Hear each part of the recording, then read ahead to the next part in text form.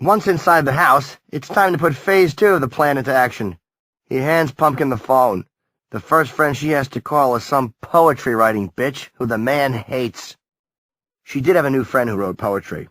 I complained to my girlfriend about her because I thought she was bad-mouthing me. I was probably right. She's a bad influence on Pumpkin, always trying to get her to go to clubs, drink, and suck off minorities.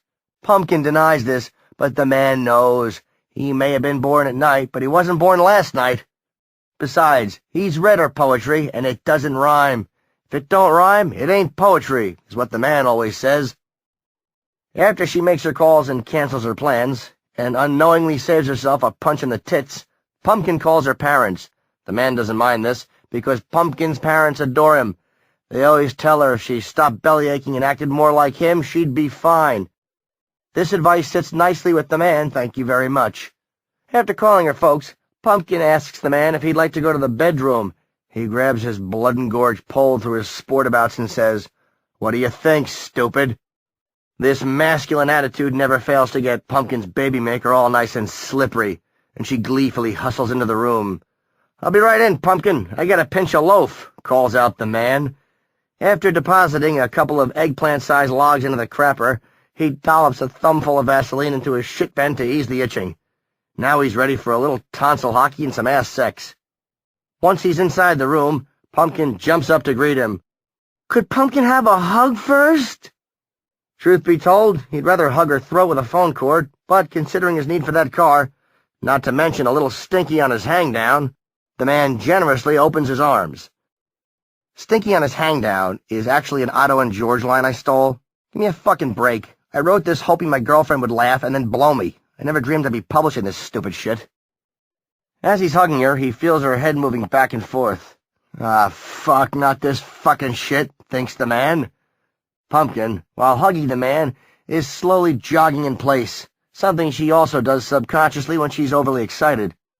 Sex is out of the question now. This jogging crap always makes the man's prick shrink like it was exposed to radiation.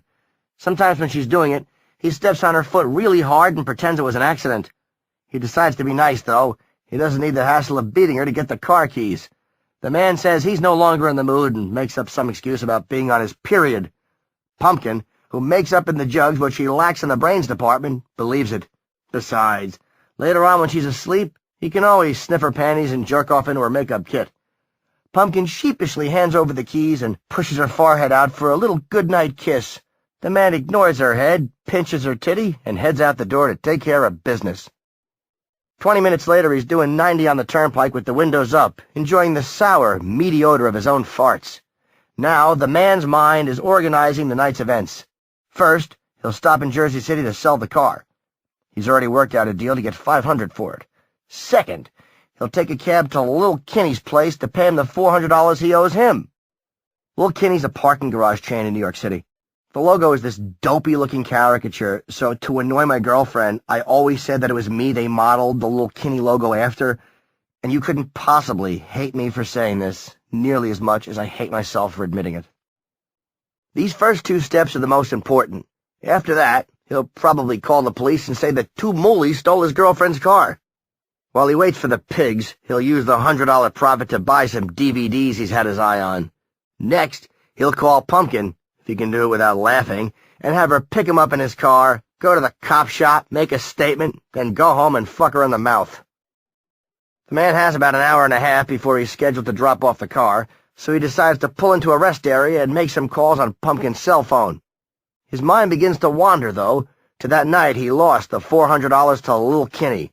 Lil Kinney is the 6'5" leader of the Girages, a vicious gang of black rapists. One night over drinks, L.K. was commenting on how he wouldn't mind having a crack at Pumpkin's dumper, which the man said could be arranged for $400. The man tried casually mentioning it to her. "Hey, baby, do you have any black in you?" "No. Would you like some?" Pumpkin never quite got the hint, and after every one of the man's funny jokes, she would throw her arms around him, kiss his cheek, and jog in place. He finally decided to scrap the idea. The last thing he needed was some nig stretching his personal supply out of shape. The problem was the money he had already taken from Lil Kinney. He'd spent it immediately on Ozfest tickets and beer for himself and his buddies. not to mention 2 lap dances apiece after the show. The man glanced at his watch and decided to get a move on. Again driving down the turnpike, the man turned on the radio to catch the Yankees game. He had $50 on the Yanks. If they lost, he may have to pawn Pumpkin's cell phone to cover the wager. When he turned on the radio, one of Pumpkin's CDs began to play. Normally when this happened, he would just throw it out the window, and if she asked any questions, just glare at her until she shut up. This CD was Ani DeFranco, a hairy-pitted carpet muncher the man had a particular hatred for. But instead of tossing it, he just turned it down and began thinking of Pumpkin. She really was a pretty girl, and she was crazy about him. He found himself suddenly smiling, thinking about her jog hug, her little meep-meeps, her forehead, which needed lots of kisses, and her going to the bathroom to make pumpkin seeds.